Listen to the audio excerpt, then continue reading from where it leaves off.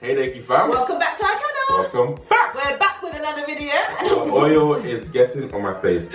So good. But I'm actually really excited about this one. And I know I'm always excited, but I'm extra excited for this one because we get so many DMs about why am I still single? What's going on? Like, is something wrong with me? Has God forsaken me? Oh, That's all a these cool one. questions. Oh yeah, that one comes up a lot.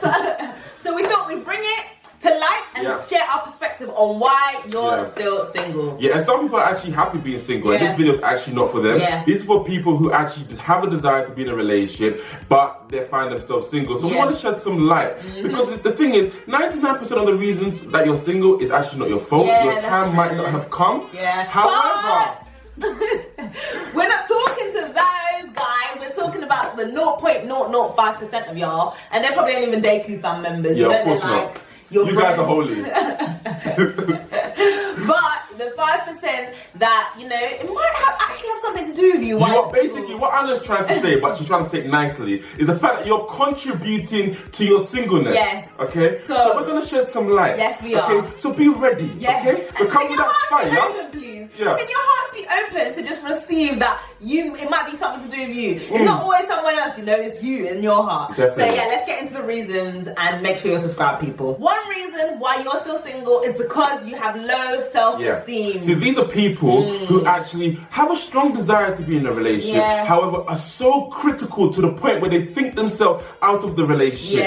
So these are people who are like, I'm too skinny, I'm too fat, I'm too ugly, I'm too this, I'm too that. They always come up with a list of reasons why they can't be in a relationship, to the point where they just isolate themselves. Yeah, and these reasons, they don't really tell anyone about it. It's all going on in their head. But externally, they're covered by, oh, you know, I don't really want a relationship. Oh, I'm actually happy on my own. Oh, this, I am happy with me and Jesus. Yeah, they're ones. Which is perfectly fine if it's true, but for a lot of people, it's like they have deep-rooted insecurities where they feel like someone will not accept them. So they tell themselves that they don't want a relationship just to make themselves feel better. But what they need to do, they need to be able to love themselves, because at the end of the day, you want to be in a relationship, but you're not thinking about the environment that you're creating. Some people are so negative, so critical, to the point where the environment that they're sitting in is not attractive to anyone else. You have to be mindful that, like, I think about, like, you know, not everyone is an extrovert like Anna, and no one needs to be an extrovert. You can be secure in yourself. I'm not that much of an extrovert. But I just think, even from a friendship perspective, I think Anna creates such a good environment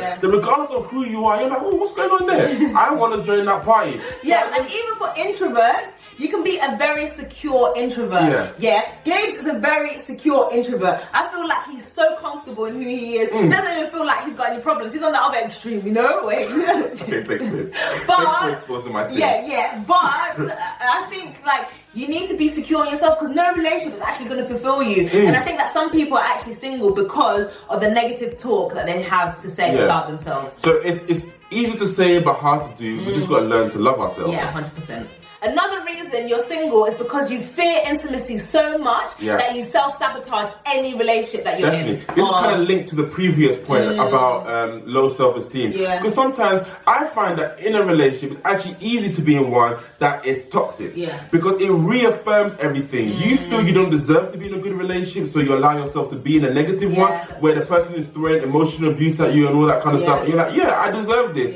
But when someone actually is nice to you and loves you, you feel, I can't do this. And you push them away. You're like, I can't do this. And then you tend to reject them before they reject you. So you always come up with excuses as to things that they're doing. You're so critical of them. Nitpicking, literally. Or the first time they make a mistake, out. You're done with the relationship. And you're going from good relationship to good relationship, but you're pushing them away. And even when your friends ask you, like, what happened there? You can't even say a proper reason. You can't even say it with your chest. You can't. You just say, oh yeah, it just wasn't right. Oh, it wasn't God's will. Oh yeah, it wasn't God's will.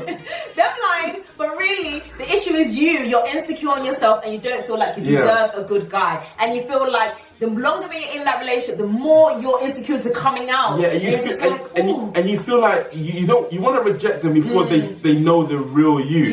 But the best way to have a relationship is to remove the mask and be like, this is who I am, and allow them to love you. Then healing can really take place. And that's when you know you're secure, when you're like, I've got my issues, but I'm dealing with them. We've all had issues. We set up on stage like, I got this, I got that. Oh, really? I love you anyway. You still gonna want me? Yeah, you do. Damn right, because I'm secure. insecure. But I feel like that's the perspective that we need to go into relationships with. We all have issues at the end of the day. We all do. All of us. So don't be scared, girl. Don't be scared, guy. And let's do this. Another reason you're single is because you're always in a relationship, but you don't know it. Wow. Them ones, you know, the opposite sex. That male best friend that you have. These are people who've got that tight friend. Yeah. The person they can call upon. The person who's there for them. If they want to go out and they're bored and want to go out for dinner or something, they've got that friend. However, a time comes when that friend enters into a relationship and then you realize that you are so emotionally invested. Yeah, they cut you off, you're gone, literally, or they're limiting the amount of time they spend with you. The girlfriend's not happy that they're talking to you, and you're like, damn, you get upset because they're in a relationship. You're like, oh, I felt like I maybe like this person. But the worst thing about the situation is that this was your best friend for 6 years. So even when there was people who were interested in you, you actually didn't like, what's the word? Yeah, you weren't interested. You weren't interested entertaining. You weren't entertaining. You weren't engaging in the conversation because you were so satisfied subconsciously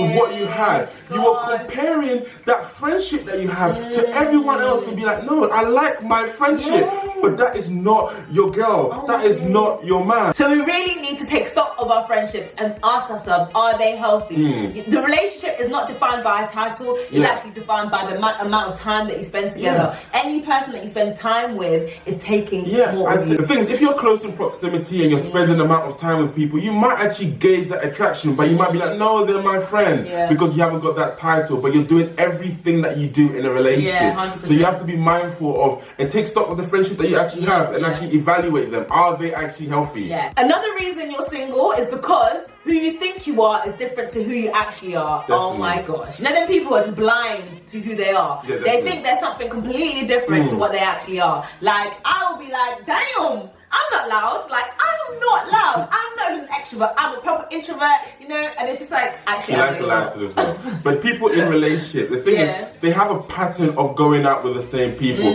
Every time they enter into a relationship, it's like deja vu. Same type of guy. Same characteristics, same problems, the unfortunate breakup. The common denominator is you. Exactly. And you think, like, oh, why? Why am I attracting this type of guy? Maybe it's because who you are is actually different to who you think you are. And sometimes you need to change yourself in order to attract a different type of person. They think they're a butterfly when they're actually a caterpillar. That's so funny. So it's really important just to get yourself around people. You need to have certain people who you're allowed to speak into your life and tell you who you actually are. Do you know what I mean? Like, Gabes is one of those people for me, when I say, babes, am I passive aggressive? It's like, yeah.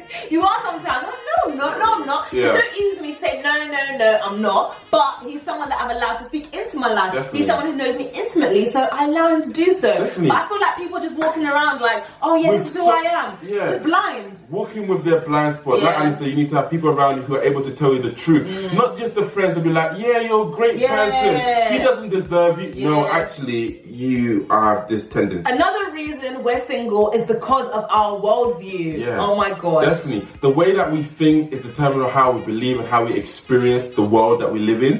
So at the end of the day, you can have two people in the same environment. One is negative, one is positive, and they're both going to face that same situation differently and experience it differently. So we need to be able to be mindful of the way that we think. We can't be walking around saying men are trash. We can't be walking around saying women are gold diggers, because at the end of the day, that lowers the bar and that actually becomes our reality. We 100%. Tend to attract what we believe. And I feel like, the world is different right now. Like, times are hard and you do see relationships suffering, but you can't believe that for your life. You can't be saying those things because that is what you attract. And subconsciously you'll be acting differently because you know that the benchmark is lower. No, we lift up our benchmark and we say, no, I'm going to attract a real man. I'm going to attract a good man who knows my worth, who knows his worth. All of these things, we have to speak them into existence. Like, I've been cheated on by my exes. Does that mean that my husband is now going to cheat? No, I refuse to accept that. And I feel like that is then what you attract. So the thing is, we gotta have that hope, because the hope is the anchor to our soul. 100%. We have to make sure that we're keeping hope alive, and that starts with the way that we speak to ourselves. We need to be speaking life and just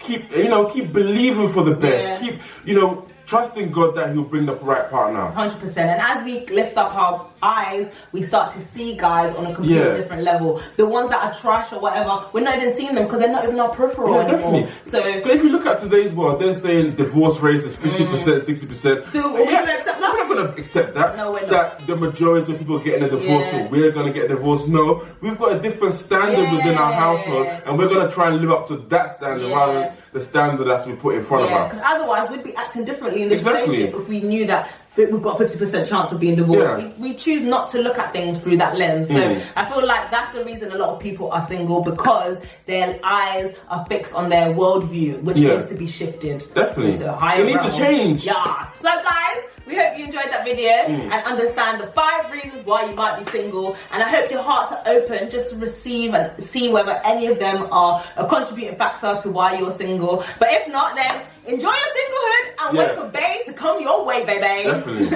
But guys, we'll see you on our next video. Peace. Bye.